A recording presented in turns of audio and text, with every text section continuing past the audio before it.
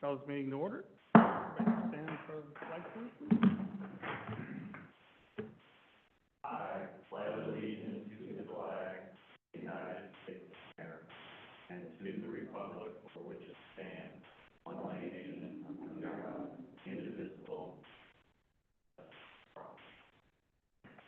All righty.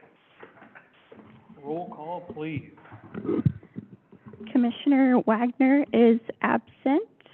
Commissioner Wagner is absent. Commissioner Magyar. Here. Commissioner Siptanovich.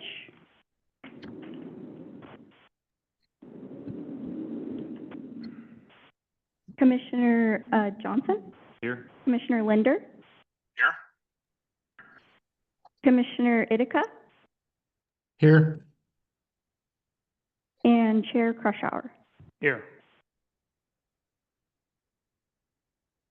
Commissioner Is there- Satanovich is here. I'm having a little bit of technical There you go. difficulties. Perfect. Okay, at this time, is there any business from the public? This is an opportunity for anyone to give a brief presentation about any land use, oh wait, sorry. I need to adopt the agenda first. We do have a change in the agenda. We're gonna scratch the ethics training. They're unavailable. We're gonna move that to July. Do I have a motion to adopt the agenda as corrected? Move to adopt as corrected. I have a motion to adopt. Do I have a second? Second. I have a second. All those in favor? Aye. Aye. All right, now we'll go to business from the public. This is an opportunity for anyone to give a brief presentation about any land use planning issue or county concern that is not on this agenda. Anybody here? No? Anybody? I don't see anybody in Zoom land. Okay, so we will move on. We have a public hearing today for ordinance 25-02, clear and objective standards for housing. All right, this is a legislative hearing. Ordinance 25-02, clear and objective standards for housing. Does any commissioner have a conflict of interest to report? Hearing none. Does anyone object to the jurisdiction of the commission to hear this matter at this time? Hearing none again. Staff report. Will the staff please make their report? Yes, thank you. For the record, Gail Henriksen, Community Development Director. The project that we've been working on for a little over the past year is a result of legislation that was adopted in 2003. It's House Bill 3197, and that bill required counties in their unincorporated areas and communities to adopt standards for housing that are clear and objective.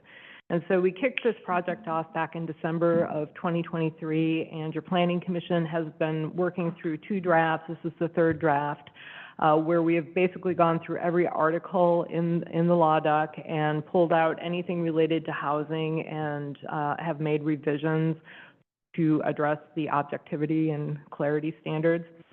Perhaps one of the biggest changes coming out of the process and the code audit is how we will be processing our applications. We'll be going from 7 different review procedures down to 4, which will hopefully add immense clarity both for users and for staff, and then also hopefully speed up the process a little bit as well. We've, as I said, been through 2 drafts of this. We provided a complete draft to you after last month's meeting, so you've had hopefully a little bit of time to go through this. I'm really here to answer any questions that you may have, or if you have any corrections or deletions or additions. Other than that, thank you. Thank you. Commissioners, are there any questions for the staff?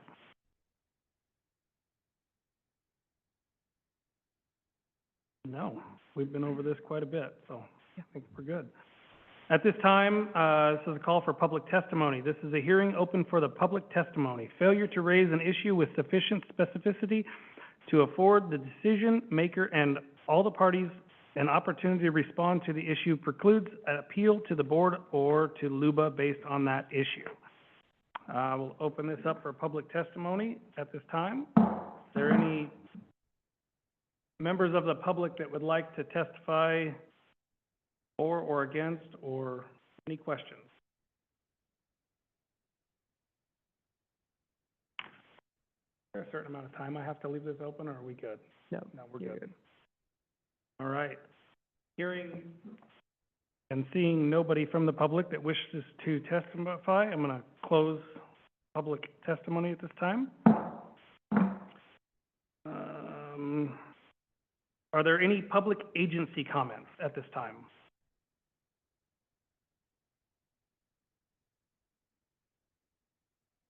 Okay, seeing none, we're going to move on. Are there any comments from the public at this time?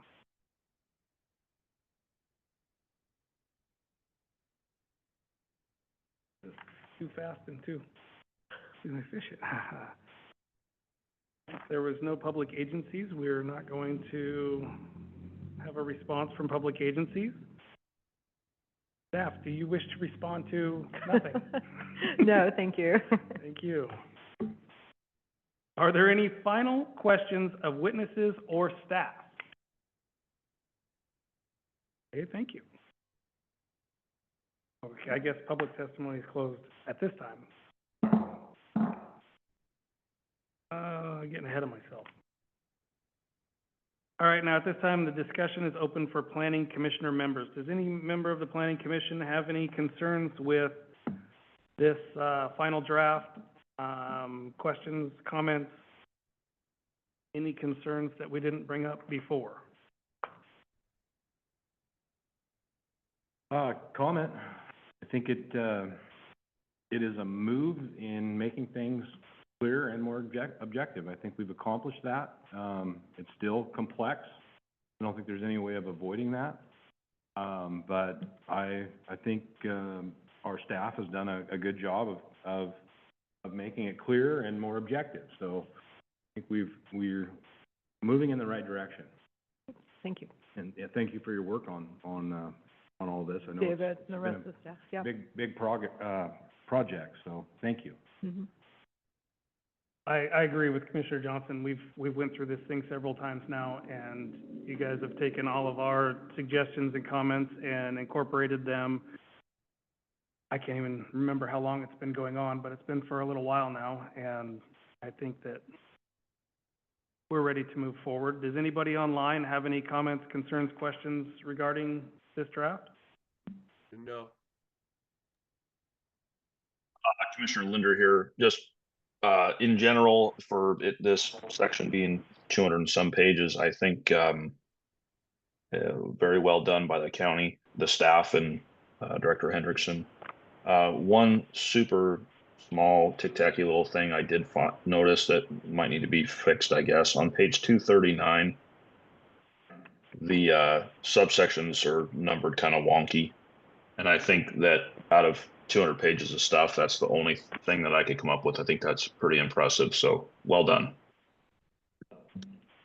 Thank you.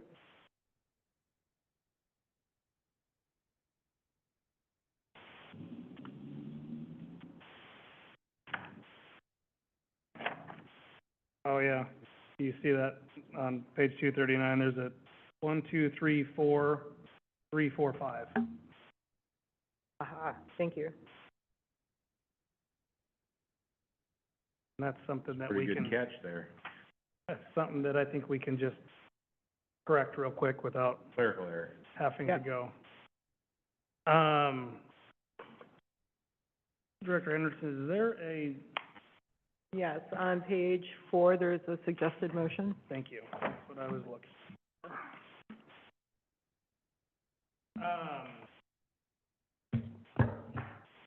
On page 4, there is a suggested motion. At this time, does any commissioner would like to make a motion?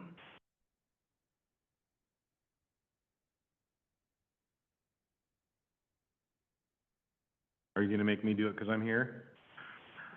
I will move that the planning commission recommend to the board of commissioners that they approve ordinance 25-02 as presented with the amendment, with the clerical error. I have a request for a motion. Do I have a second? I'll second. Thank you, Commissioner Linder. I have a motion by Commissioner Johnson that we move that the Planning Commission recommend that the Board of Commissioners approve ordinance 25-02 as presented with clerical corrections. I have a second by Commissioner Linder. I would like to put the motion to a roll call vote, please.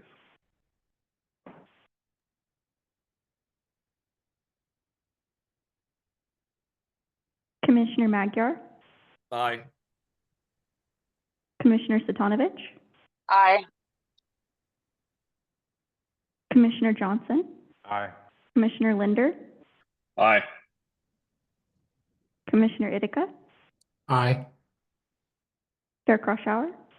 Aye. And the motion passes unanimously, 6-0. Thank you. That we moved past to the Board of Commissioners. All right, at this time, we're going to close the legislative hearing. Okay.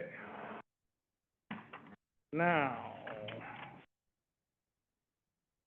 we're going to move to work session discussion. Item number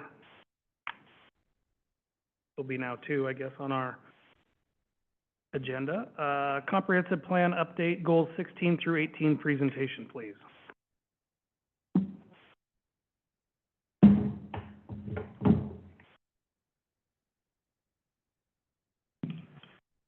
Good morning, Commissioners. I'm David Cook, Senior Planner with Clatsop County Community Development. We are going to have a presentation today by Garrett Phillips, who is our contractor from the Columbia River Estuary Study Task Force.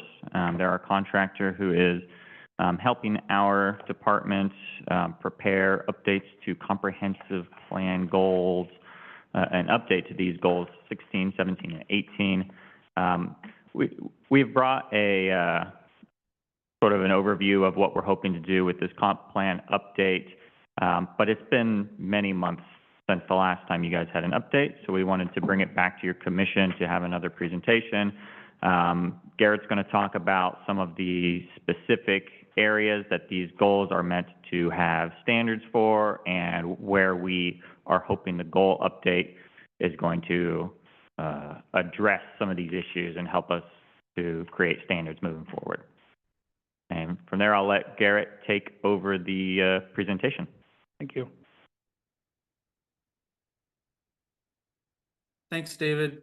Hello, Commissioners. I'm Garrett Phillips with the Columbia River Estuary Study Task Force. If you're having trouble hearing me at all, please speak up. Just going to finish getting my screen shared at the maximum size here. All right. So CREST has been helping the county to update these 3 elements of the comprehensive plan. And along with CREST, we've had help from Herrera Environmental Consultants. I'll note that CREST Director Denise Loftman is in the room there with you as well. And have been working closely with Gail Hendrickson and David Cook throughout the process. So, going to give you an overview of the project in terms of scope and schedule, and then we'll go through and discuss each of the goals with a brief introduction to what you have now in terms of policies for each one, and then some highlights from the proposed amendments that we've been working on. So at the highest level, just to conceptualize what the 3 goals are about, goal 16 is about the 3 estuaries in Clatsop County, and specifically it's about the actual aquatic areas. So just the areas that are occupied by water. And then we have goal 17, coastal shorelands, which is about areas that are surrounding the 3 estuaries. And also some areas that are out on the outer coast surrounding your coastal lakes and wetlands, and some of the rocky headlands that you have as you move further south in the county. And then goal 18 is really about the beaches and dunes in Clatsop County. So these goals haven't been updated for the most part in over 35 years. There's been some changes in state laws. There's been some changes in guidance from Department of Land Conservation and Development on how to implement the goals. There's been changes in how state and federal agencies implement and administer related laws and programs. In some ways, the local environment has changed, and the way that people use the beaches and dunes and estuaries have changed to some extent.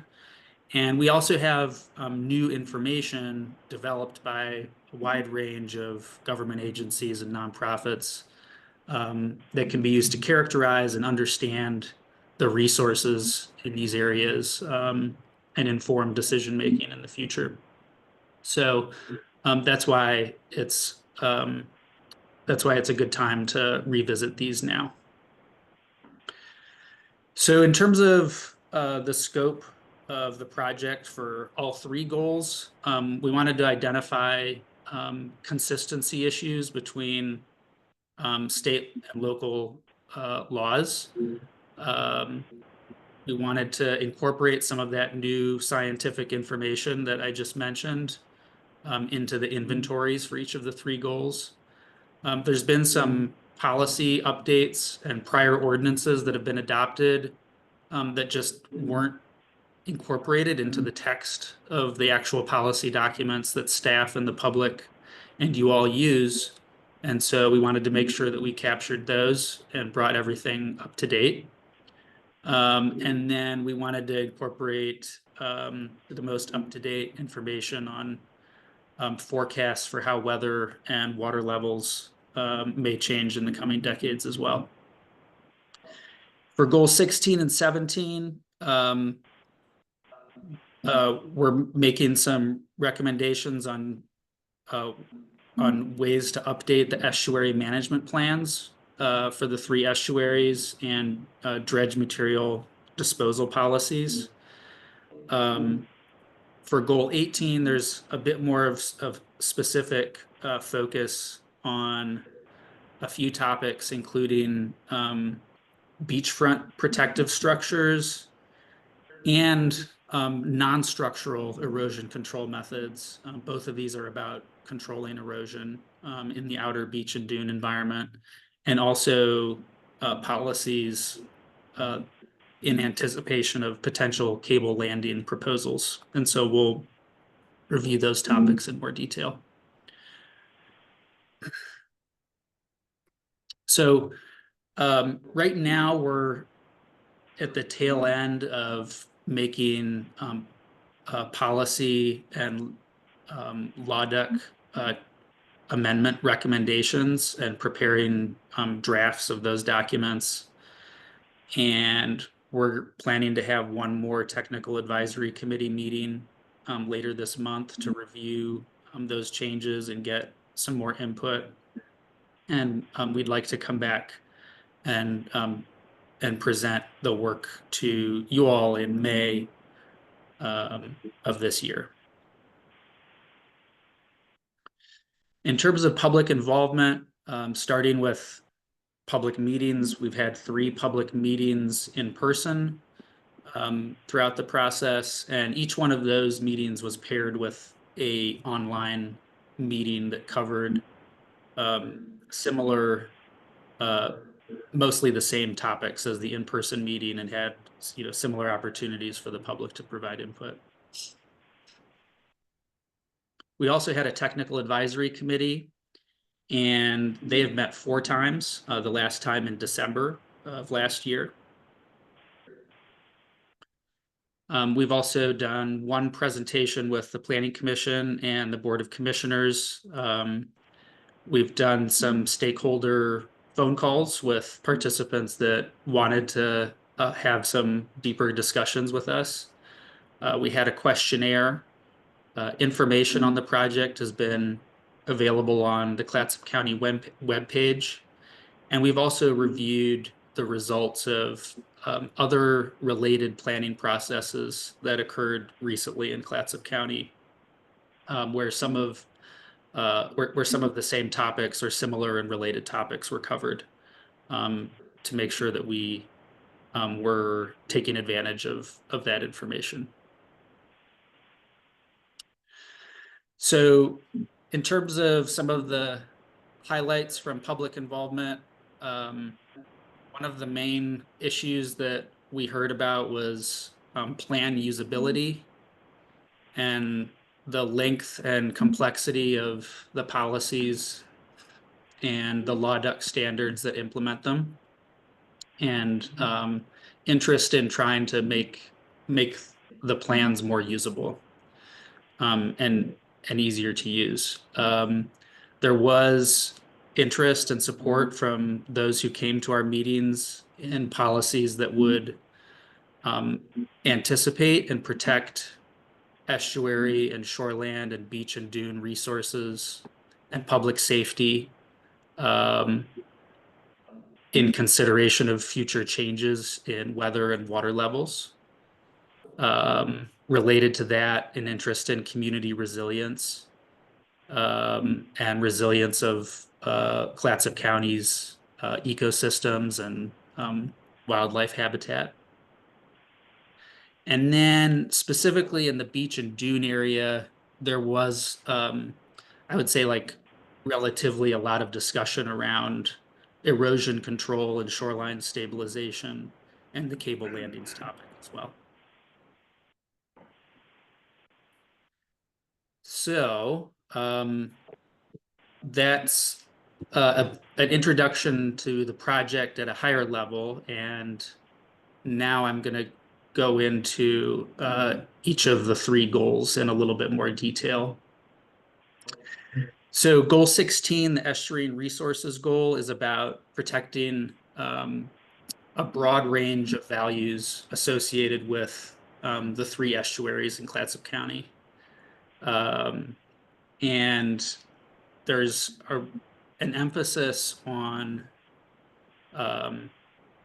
sort of at the highest level for all three estuaries. State Goal 16 provides this hierarchy that uses which maintain the integrity of the estuarine ecosystem sort of are the highest priority, but also, at least in the case of the Columbia River estuary, because of its potential for economic value, water-dependent uses also are a very high priority, and making sure that local policies and zoning codes provide accommodations and places for water-dependent economic development to occur.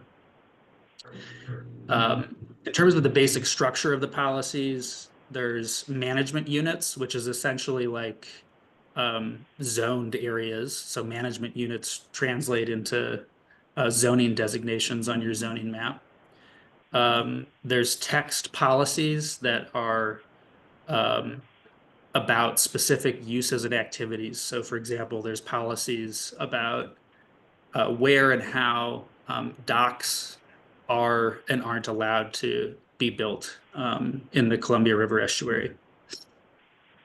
And then finally for goal 16, there's something that's a little bit unique, and that's that the state requires that uses which could impact estuary resources have to include an impact assessment with their development application. And the impact assessment is used by the applicant to characterize the resources that could be impacted and describe how they're going to avoid and minimize and mitigate impacts from their project to those resources. So say those are sort of the three sort of main components of Goal 16 at a high level. So again, this is just an illustration, simple illustration of management units. And State Goal 16 specifies that each local government with an estuary is supposed to identify areas that are supposed to be protected because they have existing high-value natural resources, areas that have slightly lesser value natural resources where, you know, the idea is for long-term conservation, but there's some compatible, you know, uses of those areas that are a little bit higher impact than would be allowed in natural management units. And then local governments are supposed to designate places where development is really supposed to occur and is supposed to be encouraged, and the policies and standards are supposed to facilitate development. So the Columbia River estuary policies were last updated comprehensively in 1990, following a 1987 update of the regional management plan. And then there was a dredge material disposal plan that was adopted. It was finished in 2002 and adopted by the county in 2005. In the case of the Nicanicum estuary, it's been since 1984. And the Ecola Creek policies, I think it's been since 1992.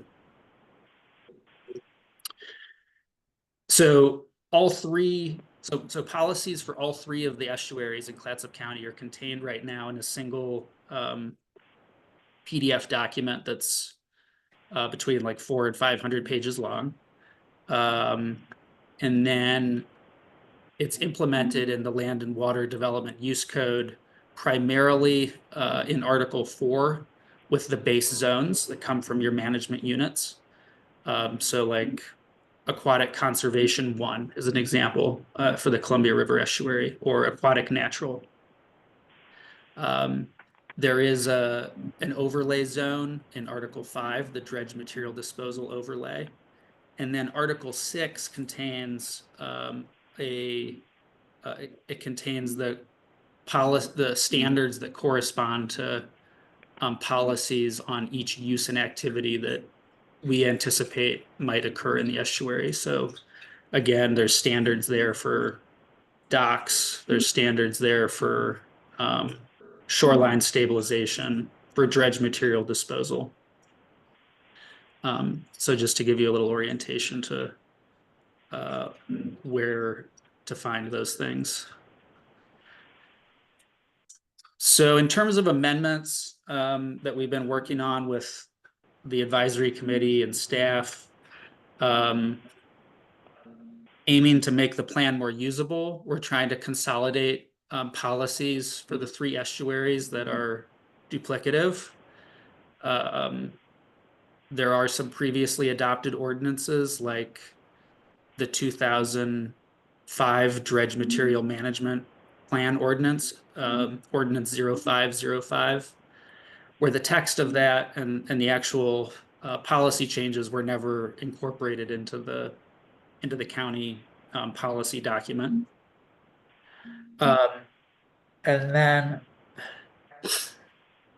there's also some outdated policies as well. I'll give you an example of that. There's been some changes to state law, and again, adding some consideration for future changes to weather and water level. So this is an example of a policy that comes straight out of Goal 16, and you'd find it in every local government's comprehensive plan that has an estuary. And Clatsop County has it because there's three estuaries in our policy document. We have it 3 times essentially. And so and there's many other examples like that. And so one of the things that we're trying to do is consolidate some of this information to really just make the document a little bit shorter so that there's less material to wade through for someone who's trying to use it. This is, again, is a broad statement about the state's priorities for how estuaries are supposed to be used. Again, previously adopted policies that need to be incorporated into the text document. Ordinance 0505, and then the ordinances that you recently considered in late 2024 on dredge material disposal in the expanded flow lane and Thalweg.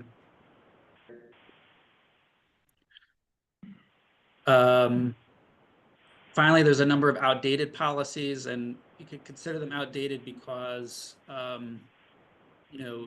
potentially like the practice is just no longer done. Like there's policies about how log rafts for transporting logs down the river are supposed to be done, or in water log storage, and that's not really a practice anymore in the Columbia River. So that's an example of a policy we would revisit. Another one that we discussed with the technical advisory committee is this one, which basically indicates that the county is going to proactively, along with CREST, do their own analysis of dredge material disposal needs for the Army Corps of Engineers and local project proponents, and identify the sites where dredge material should be disposed of. And so we discussed this idea with DLCD and other members of the technical advisory committee. It's been since 2002 since the plan was updated, and that plan for dredge material disposal is written as though it's going to be updated every 5 years, and that was a little bit of a different time in terms of the resources and funding that were available to do that kind of work. And so the technical advisory committee discussed this and basically provided guidance that they think it would be okay if the county, instead of proactively working with CREST to create our own dredge material disposal plan, would instead take a little bit more of a responsive posture to the Army Corps of Engineers and local dredging project proponents' needs, and update our list of dredge material disposal sites as needed when they actually have their own plans and projects that they want to propose. And so that's an example of a way in which, like just the times have changed a little bit in terms of what's available to do this kind of work. Okay, so an example of a state law change is that Clatsop County's Goal 16 has several pages of policies, and then the Law Duck has several pages of standards specifying in detail how the county is supposed to oversee mitigation of estuary fills. But since those policies and standards were created, state law has changed, and that responsibility has been placed squarely with the Department of State Lands. And so that's a section of policy and a section of law that we can remove from our policies and standards. And then finally, thinking back to the idea of the impact assessments that project proponents have to complete when they're going to do work or development in aquatic areas or adjacent to the shoreline, if there's going to be impacts to the estuary. One of the changes that we're proposing is that they would have to identify the best available science at the time on forecasted changes in water levels, and describe how their project and the impacts from their project would interact with sort of the anticipated environment that will be there in the future. Right. So moving on to goal 17. So goal 17, around estuaries, it's closely related to goal 16 in terms of both protecting ecosystems and fish and wildlife habitat, but also in terms of setting aside and protecting opportunities for water-dependent economic development in the future. Goal 17 also has an emphasis on public access and ensuring that public access continues to be developed in the future and that public access is not lost as development occurs.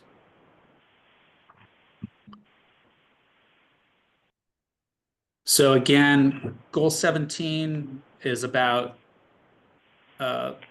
areas that are immediately surrounding the estuaries, and then the rocky coastal headlands, and areas around coastal lakes and wetlands, for example, in the Clatsop Plains. There's, I think, 9 specific geographies that are supposed to be included in coastal shorelands. So again, areas that are subject to ocean flooding within 100 feet of the ocean shore or within 50 feet of an estuary or coastal lake. Areas of geologic instability related to coastal water bodies, riparian resources, significant shoreland and wetland biological habitats. This is the one I've emphasized a couple times, areas that are necessary for water-dependent uses.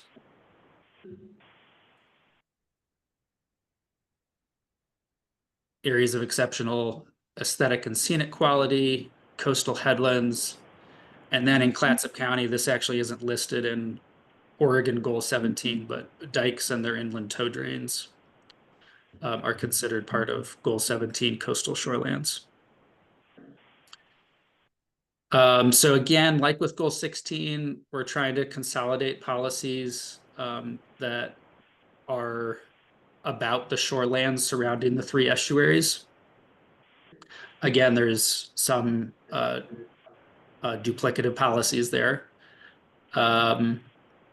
Incorporating previously adopted ordinances. Again, Ordinance 0505 is an example of one that also applies to coastal shorelands because some dredge material disposal occurs in uplands, right, outside of the estuary aquatic areas.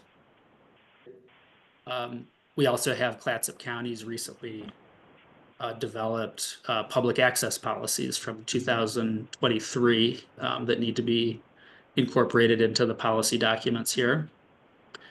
And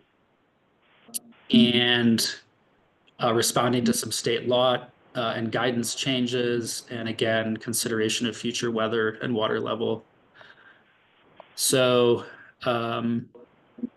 the public access policies that the county developed in 2023, those are closely mirroring also new guidance from the state of Oregon and their model comprehensive plan policies for public access. So we're incorporating those.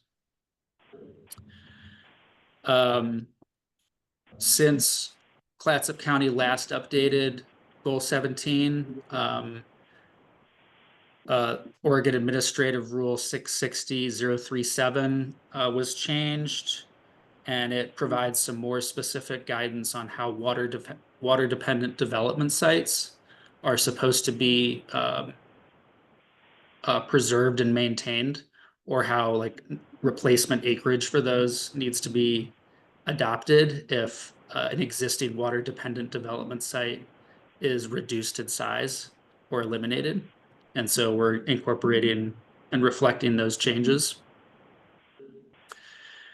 And finally, again, coastal shorelands, if you consider how they're immediately surrounding estuaries, in the future, if estuary water levels rise, some of those shoreland areas could become like estuary aquatic areas. And so the idea is that when development is proposed adjacent to the estuary in a coastal shoreland area, that those forecasted changes in water level are considered during the permitting process. For goal 18, turning out to the beach and dune environment, goal 18 is intended to protect a broad range of values in the beach and dune areas. It has an emphasis on hazard reduction and ensuring that the dunes can continue in the future to serve as places for recreation, public access, habitat, and as sort of protective buffers between the hazards of the ocean and development that is inland from the dunes. So right now, Clatsop County's Goal 18 element is relatively brief, to the point where it probably doesn't incorporate like all of the requirements of Goal 18, although your LAWDUC is more comprehensive in covering all those bases. But it basically identifies the planning area and speaks to some of the kinds of activities in the beach and dune environment that could affect the resources I just discussed. So whether it's actually building buildings like development, grading, erosion control, riprap, for example, vegetation removal. So all of those topics are addressed through Goal 18.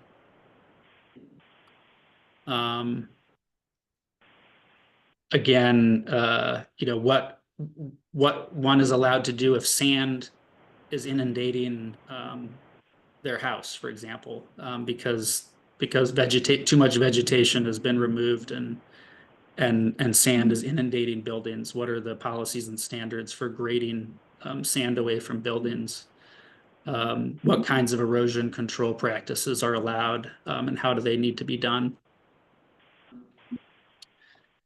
So in terms of your related LAWDUC standards, Goal 18 is primarily implemented through the beach and dune overlay zone in Article 5, and the geologic hazard report requirements that are part of the geologic hazard overlay zone in Article 5. Article 4, some of the base zones that you find in the outer coast area also speak to some of the uses that people might be interested in doing. So, for example, Article 4 specifies whether certain kinds of erosion control are a permitted use or a conditional use in those base zones.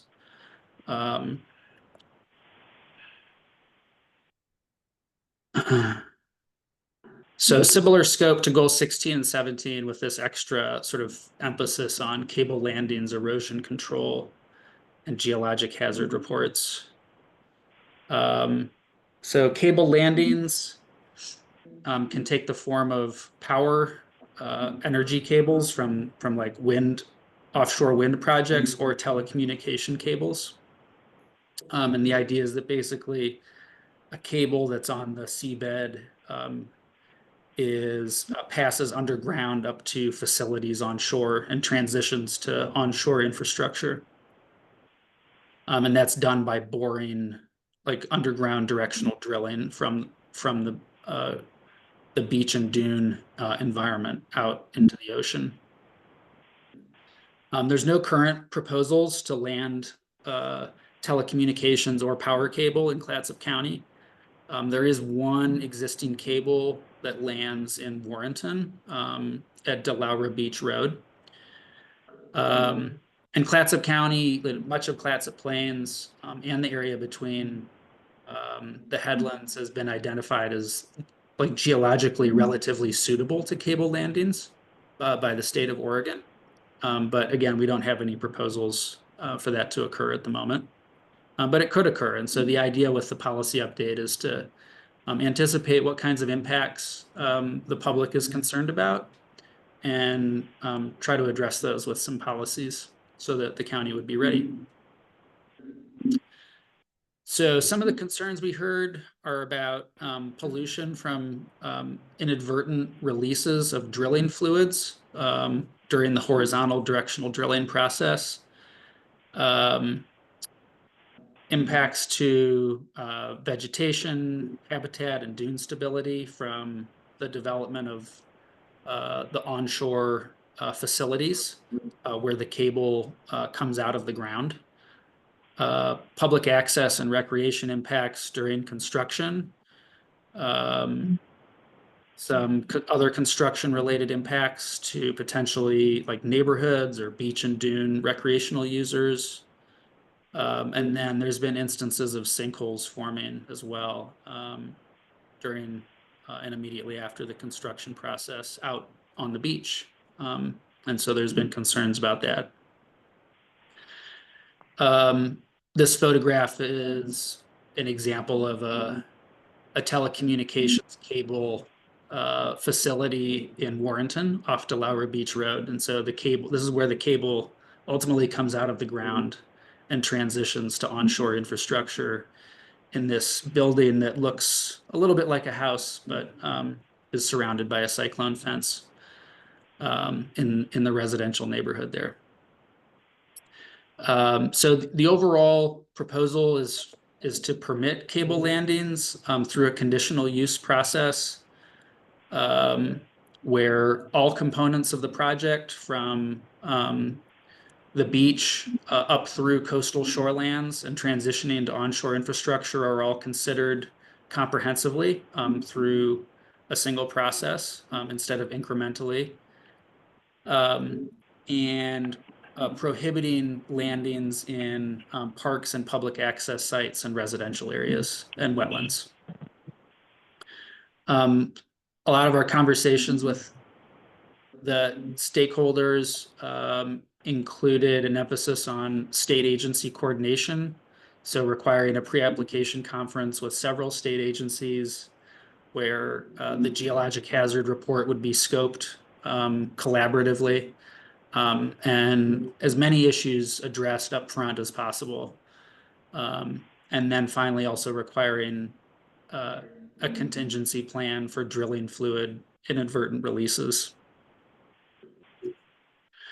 For erosion control, some policy updates that are being proposed follow DLCD's recently issued guidance on erosion control practices. So there's some examples here of different methods of controlling erosion in the upper left-hand corner using vegetation. The lower left corner, a seawall. The lower right corner, riprap. And in the upper right, what's known as a dynamic revetment, which is essentially like adding sand to the beach, which you would call beach nourishment, but it's using larger particles, basically like cobbles that aren't interlocked. And they provide some erosion control, but they can also move around and avoid some of the impacts that are associated with riprap and seawalls.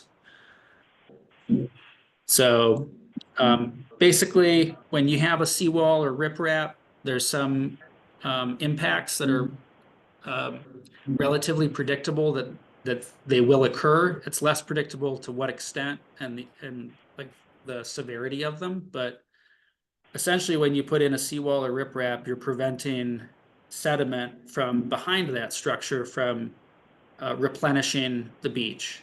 And so over time, what that results in is a loss of sediment and sand in front of the structure. So it lowers in elevation. The erosion just occurs in front of the structure. And the relative water level increases And eventually that can result in a loss of the beach itself. And so people, for example, wouldn't be able to walk along the beach in front of that structure because the area would be occupied by water, at least during high tides, for example. And so that's a big concern with some members of the public and with state agencies around installing permanent structural erosion control, which we call beachfront protective structures, like a seawall or riprap. And there have been, there's a variety of alternatives to using those. So that's like using vegetation or dynamic revetments or bringing in sand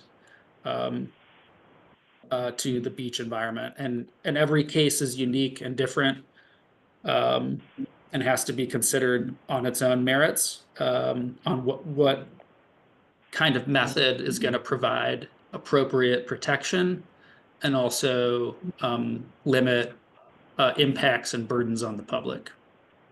There are only some areas specified by state law where one can even apply to have a riprap or a seawall.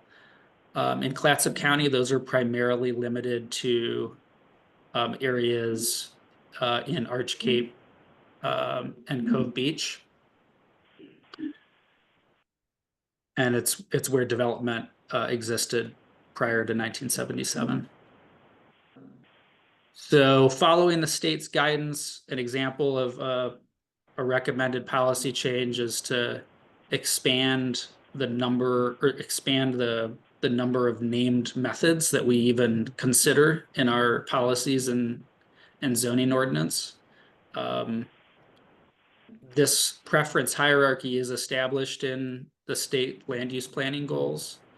So the idea is that the least permanent and least impactful methods are preferred, and a proponent is supposed to demonstrate why those are not feasible before they're allowed to do a more permanent and impactful erosion control method. And so in addition to existing vegetation, asking applicants to consider relocating a structure and whether that would serve their goals, beach and dune nourishment, so adding sand or a cobble dynamic revetment. Also, in the broadest sense, all other things being equal, preferred to riprap or a seawall. And then finally, some of these other methods like gabions, which are like wire baskets filled with rocks or shells, or sandbags, or burritos, which is like it's basically like a different shaped sandbag. These aren't as permanent as a bulkhead or seawall, but they tend to leave like trash in the form of the destroyed bags on the beach and require sort of extra coordination with county staff to make sure that that doesn't happen. So those are placed along with seawalls in the least preferred category. Riprap, on the other hand, it has some impacts, but you can also place sediment over it and actually plant it and make it look like it's not there. And so that's preferred over seawalls and gabions. And then finally, the geologic hazard report requirements, which are development that occurs on oceanfront lots, or if you want to do an erosion control structure, you have to have a geologic hazard report done by a geologist. The county's specifications for what information is included in the geologic hazard report didn't seem to capture all of the factors that would enable staff or you all to make a completely informed decision on whether or not the other standards and policies are really being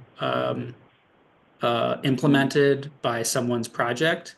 And so we've added some additional specifications that we're recommending are included in any geologic hazard report to fully describe the situation and how a project is gonna interact with the local environment. And again, that's to help make sure that the project will actually work and achieve the applicant's goals, and also so that you understand or staff understand when they're issuing a permit, what the likely impacts on the public and public resources are going to be. Finally, another example of some of the updates that are coming is that the state of Oregon has completed geomorphology mapping for Clatsop County. And this basically describes in really high resolution the stability of beach and dune environments throughout the county. And this can be used when making permit decisions, just so that, again, you and staff have the best available information on the stability of the environment in which someone is proposing to do something. Finally, based on technical advisory committee input, just a few changes to the lists of uses that can be permitted in the beach and dune environment. One being ecological restoration projects, which previously just weren't mentioned at all. But there's an interest from some local stakeholders and state agencies in restoring dune habitats. That sometimes involves doing things that you normally discourage in the dune environment, like removing vegetation or doing some grading. But the idea is that as long as it's for a bona fide ecological restoration project, that kind of thing can be permitted. So our next steps are to host a technical advisory committee meeting to review draft recommendations in a couple of weeks, make some additional adjustments, and come back to present the draft policy proposals to you all in May. And that concludes my presentation. Thank you. Thank you, Garrett. Planner Cook, do you have anything that you'd like to add to that or comment or? Yes, thank you, Chair. We really just want to get the information that we're hoping to put in these goal updates out to your commission before it's brought out to a public hearing, because we want to be able to, these are large, dense goals. They cover a lot of topics. We want to be able to get some of your thoughts of where you would like to see some of these policies and goals go to before we come up with like a final draft. I have a couple comments if we're ready for that. Yeah, I think so. Just wondering if there's gonna be any language included in any new policy about cable landing areas and the impacts to, commercial fishing or access to marine resources. I know a lot of that is, some of that activity occurs offshore, so, Clatsop County may not have a lot of say of what occurs offshore, but we do have a say on, like, say, where the cable lands, but it will also impact access to marine resources for our local community and, you know, impact commercial fishing, which is a major economic driver in our area. So I don't know if there's a way to put some language in the policy to consider that. David, may I? Yeah, please. Okay, so in terms of impacts offshore, off of the coast and the ocean, that is not something that the county can directly like have policies on. That's in the state agency's realm alone. But around the rocky coastal headlands, and in the estuary, the Columbia River estuary, for example, we can speak to potential cable landing impacts. So in terms of like offshore commercial fishing, for example, or recreational fishing, it is outside of the county's purview.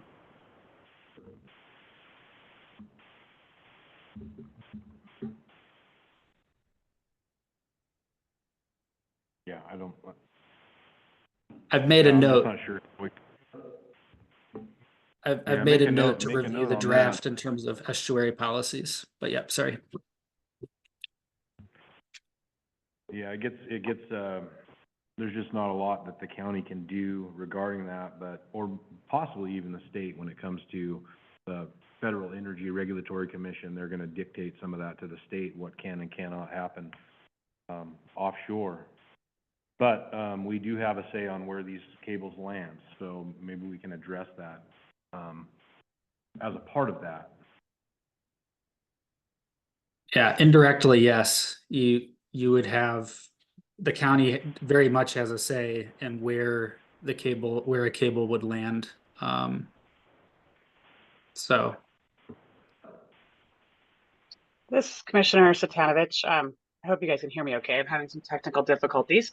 But to speak to that, there's actually a bill. Okay, there's actually a bill right now. It's Senate Bill 793, if I'm not mistaken, and it brought to the Capitol by Department of State Lands. So they're not entertaining any applications until that gets, through and fixed. And so there will be, just as a side note, there will be changes and things happening. And but yeah, most of that is, going to be state level, of course. But I think there may be small impacts to county, and what we can do. So maybe just an earmark, Senate Bill 793.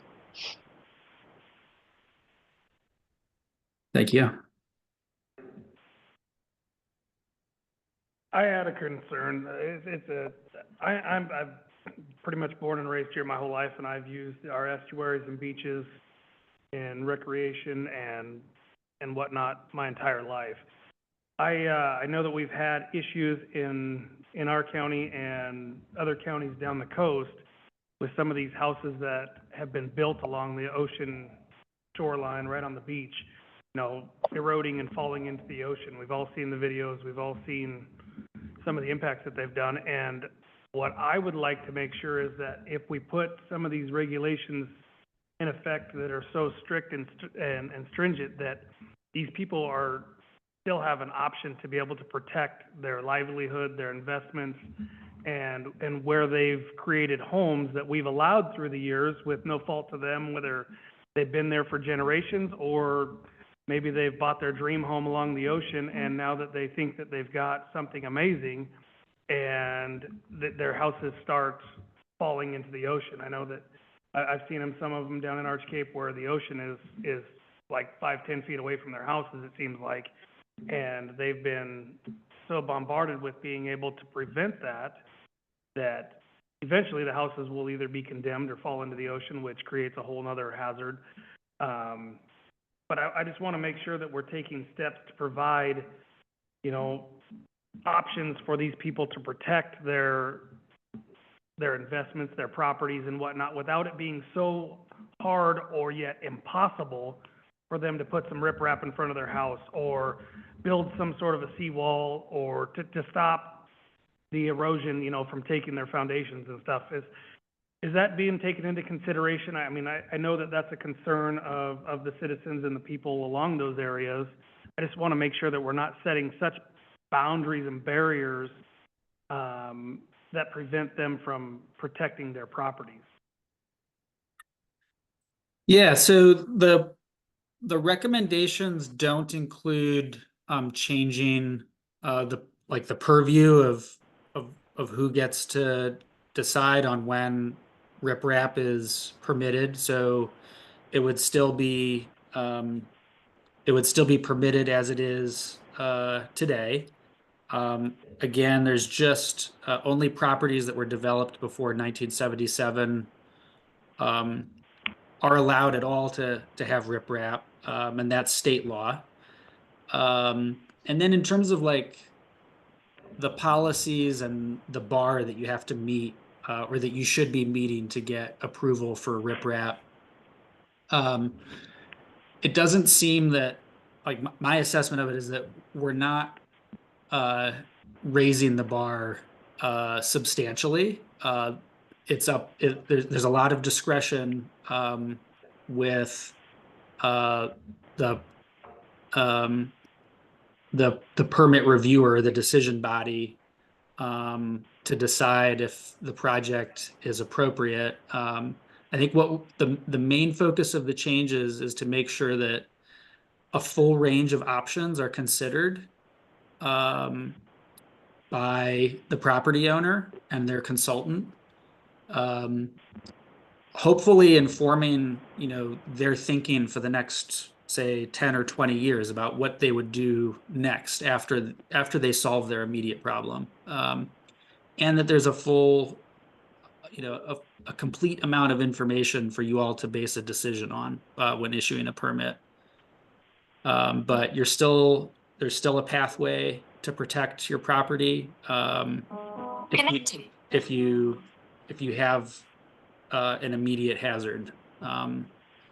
Now, we haven't heard through our public and advisory committee process about instances where someone was facing an erosion hazard and the permit process was so onerous that that like a really sad story resulted from that, for example. And we're absolutely, if that kind of thing is happening, we want to know about that and consider that with our recommendations. Yeah, I'd like to see where we're at least, taking into consideration these people. And, I mean, we all want to preserve our beaches and dunes. I agree with that 100%. That's why we're here, right? But we also have to protect, life and structure as well. I've been through the process a couple of times with clients or seen them go through it, and it can be a very lengthy and very, very difficult process with a lot of bodies involved, whether it's, the state, parks, county, everything, and then geotechs and engineers. Sometimes it's financially impossible for some of these people to even protect their own investments. I want to make sure that that's taken into consideration. And then the other thing, you say it's 1977. I don't know how we come up with that date. I know you say it's state law, but there's been a lot of development since then that may or may not should have been approved or whatnot. But anyway, there's lots more houses. And then if you take a house, say it's built in 1960, and you do a remodel of it, now it's considered, say you did it in 2000, now it's considered a 2000 house if you do more than 50% or 30%, whatever that is. And then it's considered a newer home, but I know that there's some difficulties in some of this stuff. We have a comment here in the audience. Thank you.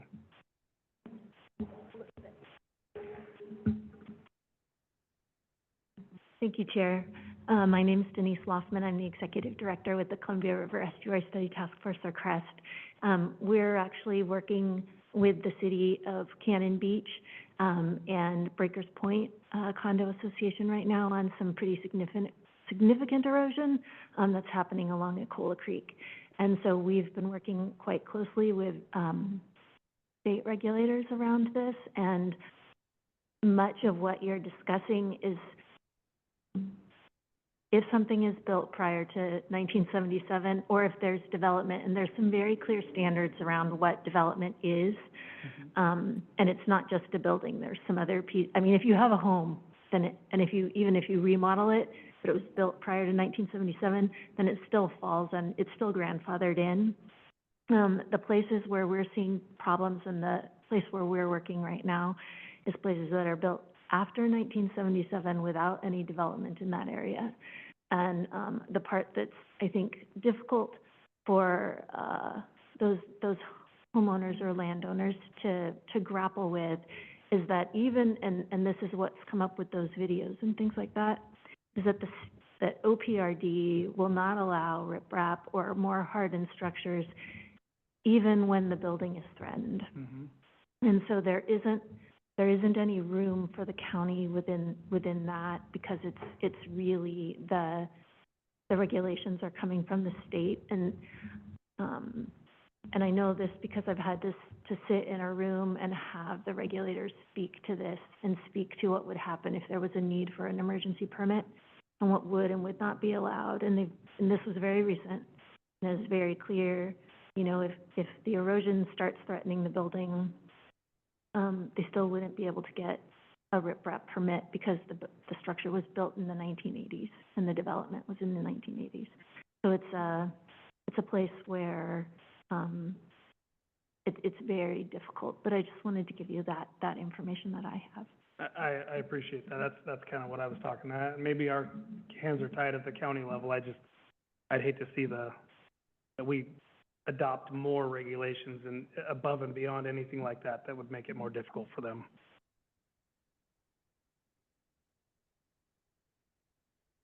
Any other commissioners have any comments or concerns or questions? Yeah, I have a question for Garrett. Toward the end of your presentation, you were talking about some Dogami data sets for sand dunes and other things of that nature. Do you know if Dogami has any plans to update their LiDAR data set for Clatsop County anytime in the future? That's a really useful tool for analyzing change over time. Yeah. Yeah, I actually don't know off the top of my head whether, like, what their plans are for LiDAR data set updates.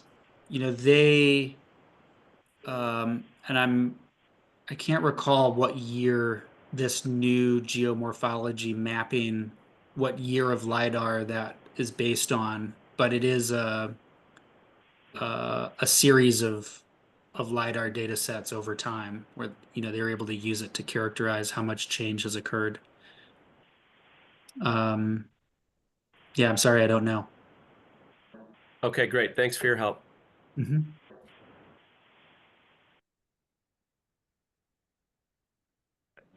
Question for you about the existing estuaries and whatnot, and on that mapping.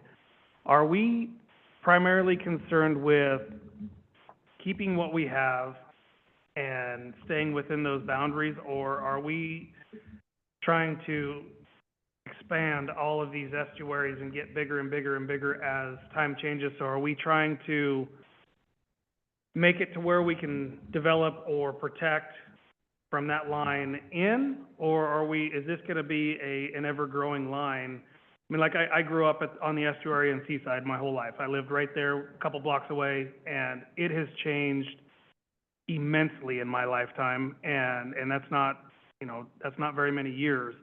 So are we, how does the mapping system work? So if you have a boundary of the estuary, and say private people own properties on there, then next year it's bigger and they haven't been able to stop the erosion or whatnot, and then it gets bigger and bigger. What are the thoughts moving forward on those areas?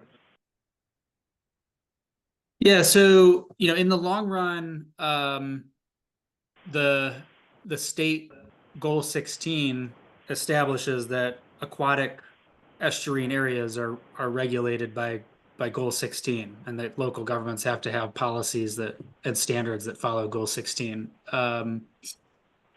So yeah, if the estuary changes in a way in the future where the water encroaches further landward, then ultimately those become estuarine areas. And in terms of preventing water from encroaching further landward, for example, by building dikes or shoreline stabilization, like riprap, you know, that's generally, I would say, discouraged by goal 16, except in areas that are specifically designated for development. So the goal, you know, fundamentally speaking, goal 16 and goal 17 are aimed at protecting the sort of existing level of habitat and ecosystem value that's there. Like the state goals are not aimed at restoring an estuary to some kind of, over time into some kind of like pre-colonial natural environment. The goals are aimed at accommodating development. They're aimed at protecting existing resources.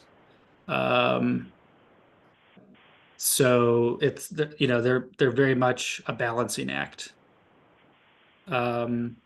If somebody right now, for example, has a property that they've owned for 30 years and they haven't developed, and the water has already encroached landward, and they're trying to develop in an area that's aquatic, in terms of the city of Seaside's specific policies and standards, I'm not sure because we're not updating those.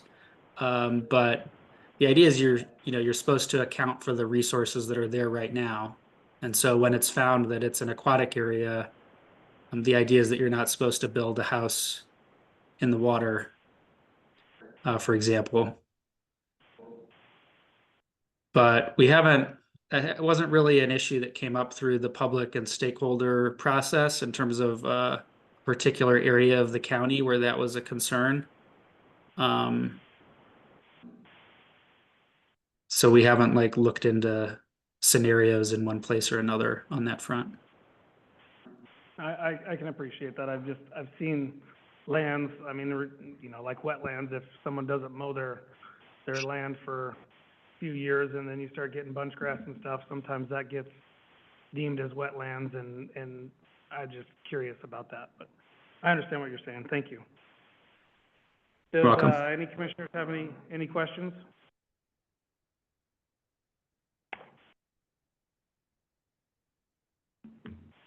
All right, well, thank you very much, Garrett, for your presentation, and thank you, Mr. Cook, for presenting that to the commissioners today. Thank you. Thank you. All right, we're going to move on in the agenda to item 3, fiscal year 25-26 draft work plan. Yes, thank you. So we had brought some ideas to your Planning Commission, I believe, either back in December of 2024 or January of this year, as we were working through our budget process. And so I wanted to just take a few minutes and go over with the Planning Commission what we've proposed this year for our 2025-26 fiscal year work plan.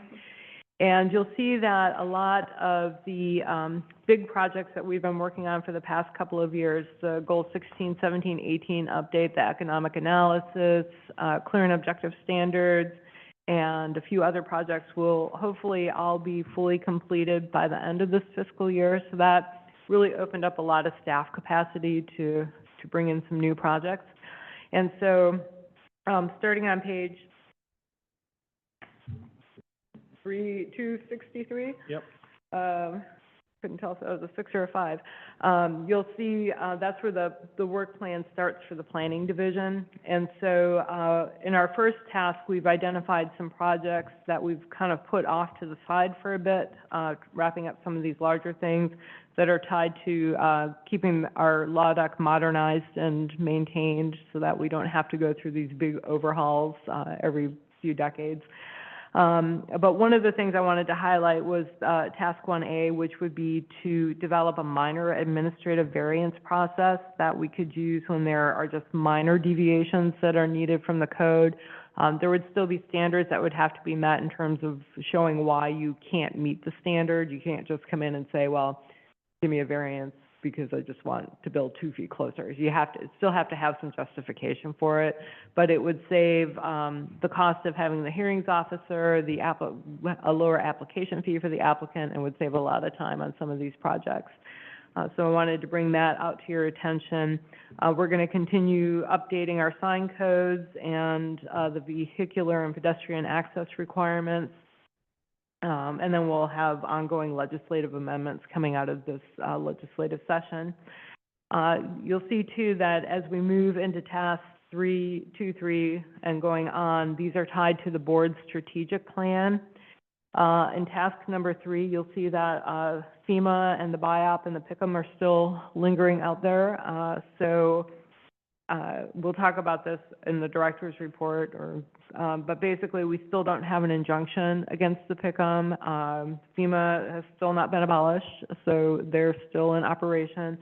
So at some point in the very near future, we're going to have to move forward with something unless the model ordinance, unless something changes between now and probably May. So just to give you a heads up that that's still out there. Let's see here. It was under environmental quality. We've got under infrastructure, really nothing that is new to this plan. But under economic development, which is on page 267, obviously as we wrap up the EOA, then we would begin the process of implementing those recommendations that are included in there, whatever is finally adopted. And you'll see under task 6C on page 267, we're going to be working with the fairgrounds to update and revise their conditional use permit and then their strategic plan as well. Their strategic plan was last updated in 2009, and so as a way to kind of help the fairgrounds save some money and to give us a new project to work on that will be very interesting and different, we're going to be working on that as well in the coming fiscal year. And then you can see we've got a lot of legislative and mandatory things that we're continually having to do and work on. One thing that we have not talked about, this is on page 271, it's task 9C, and the community of Arch Cape and communities of Arch Cape and Cove Beach are undertaking a feasibility study as they explore the possibility of incorporation. And so the county board has entered into a memorandum of either agreement or understanding and is helping to facilitate that process. So staff will also be participating in that process as we're needed. But if that were to come to fruition and at some point that Arch Cape and or Cove Beach became an incorporated city, that would definitely change how it would have changes for the planning staff, because we do spend a significant amount of time working with the residents there on issues related specifically to their area. So that's one to keep an eye on. And one other thing that I think we want to consider, and that's task 9B, is that if we do need to go forward with adopting a model ordinance to satisfy FEMA's PICM requirement, then I think we may want to consider taking a look at FEMA's community rating system for their flood insurance.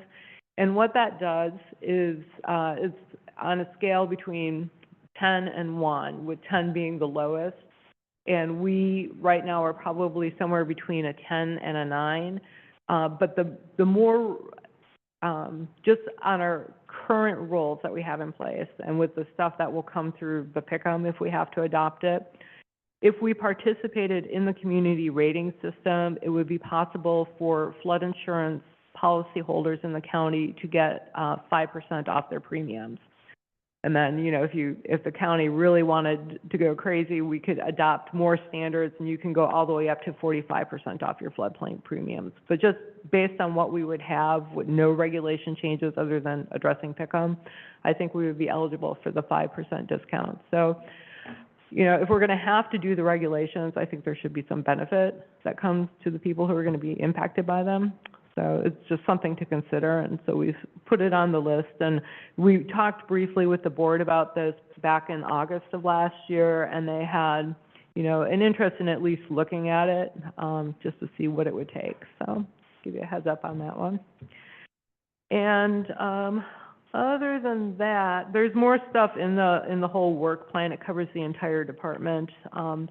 But I'm really just here to answer any questions. And then this plan will go to the board as part of our proposed budget for the department, and then the board approves and adopts the plan along with the budget. And I'm here to answer any questions. Question on, your proposed, what do you call it,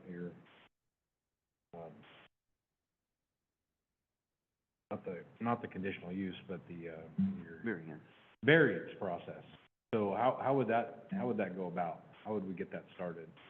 A simple variance.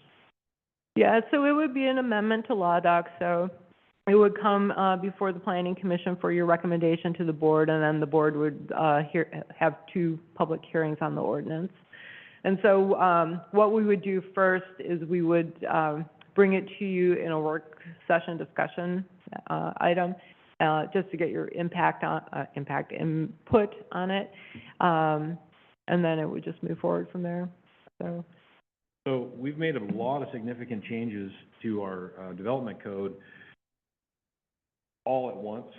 We may run into issues where something is not quite right, or we want to quickly address or modify something. Is there a way that can be, an easy change that can be made, or an easy fix to this policy, to bring it back to us? If we come across something that is not right, or looks like we need to change, or is causing problems? Yeah, so if it's something more than a clerical error, it's gonna have to go back by ordinance, because that's how we've adopted it. So, it would not be unusual going through a large process like clear and objective standards where you're gonna find issues like that. And I think what we would want to do is, as staff, keep track of items, or as we receive items from the public or the planning commission where there's concerns or problems or inconsistencies that we've created, and then in about a year's time, come back with just a ordinance to fix those items. So, and if it's something really serious, like we really goosed something out badly, and now you need like a 58,000 acre lot size in a zoning district, we would want to fix that immediately, but. All right, sounds like it's not quite so simple to make a change to this now that it's being the way we've adopted it, but it can be done. Yeah. So I think that's good that you keep track of it. Yeah. I'm a little bit concerned about that something in here is not quite right. But I think we've done a pretty good job addressing all these things, but there could be further changes that need to be made down the road. Yeah, I guarantee you there probably will be, so. All right, any other commissioners online with this very full fiscal year work plan? No, sounds great. Thank you. Appreciate all the work that the county staff does. All right, let's move on to director's report? Yep. Yeah. Project status report. Project status report. Just very quickly, Mr. Chair and members of the commission, this item has been moved to my desk, and it should be, and it has. So if there are some changes that you see in this, you can certainly ask me of them. Anything that has been updated since the last month, we generally will bold it so you can see some changes. There will be one other change added as of today. We have a recommendation for adoption for the clear and objective standards, and so that one will be updated. Housing amendments, that is moving nowhere at this point in time. It is in effect. We don't have any updates from LUBA on that appeal. You got an extensive report on the updates of goals 16, 17, and 18. That will be back before you in public hearing form in the near future, as will the economic opportunities analysis. In the next month, you will also see U.S. Army Corps of Engineers requests for amendments to allow for flexibility and changes to map and text for the goal 16. Other than that, you'll see updates of that from me each month. We will see the Army Corps of Engineers.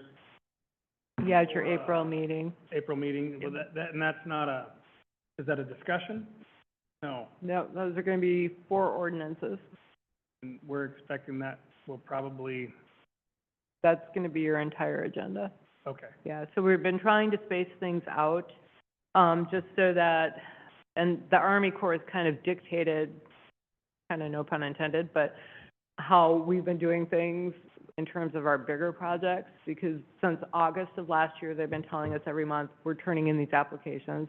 So we finally have them. We've got them scheduled for April, and then I believe we have EOA in May. We will have, goal 16, 17, 18 in June coming here. Even though Garrett was saying May, it'll be June. And then sometime in May or June, if we have to do the Pick'em model ordinance, we're gonna have to bring that one forward. So, because that has, if we have to do it, it has to be done by July 31st of this year. I'm assuming that meeting's probably gonna be a rather large meeting, from seeing all the concerns in the community, and we may Yeah. see a full house, and Yeah. is there a way to get that stuff that we need to review as soon as possible? Because I'm sure it's gonna be a lot, and we're gonna wanna be educated and be able to at least, Yeah, so staff has done a, draft of the model ordinance based on the original model ordinance. We have put it aside, waiting to find out what's gonna happen with the new administration and the, injunction that was filed. And so we haven't picked it back up again yet, so we would need to make a few, adjustments to it, but we could probably get that out after the April Planning Commission meeting, but not sooner, because we're gonna be working on the Army Corps reports for April. no, that's what I was talking about, the Army Corps, sorry. Oh, the Army Corps. Yeah, because I'm assuming that's gonna be a pretty big meeting too. Yeah, that will be a lot of information. I don't know how many members of the public will show up for that, other than the groups that were represented last time, which was the Columbia River Keepers and the Oregon Coastal Shores Coalition, I believe, that provided public comment. All right, I think we're ready for director's report. Yeah, so then on the director's report, we do have an update on the housing amendments. Luba, we have the hearing tentatively scheduled for April 29th of, this year, obviously. So, and then it's usually, probably at least a month before you get a decision. So we're waiting to hear, back on that. Jay, do you have anything you want to add on the EOA? Not at this point, thanks. Anything on housing task force? The Housing Task Force has, continued to meet. They're looking for, they will be presenting to our county board, in April. And, there will be, recommendations that will eventually come back in the form, I'm presuming, as an addendum to the housing goals for the comprehensive plan, but not till later on. Okay, and then we've talked about the Army Corps. They've got 4 applications in right now. They have 2 goal exceptions, one to allow dredged material in areas designated natural, so the areas that are most subject to conservation. One goal exception to allow dredged material disposal in areas designated conservation, so not quite as fully protected as the natural areas, but more protected than the development areas. So those are 2 applications. Then with that, if those goal exceptions move forward, there would be associated map amendments and text amendments. So we will be going through all that in April. And other than that, that's all I have. Thank you. Thank you.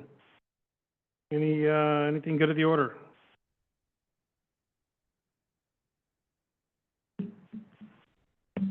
All right, and we can adjourn our meeting. Thank you. Thank you. Thank you.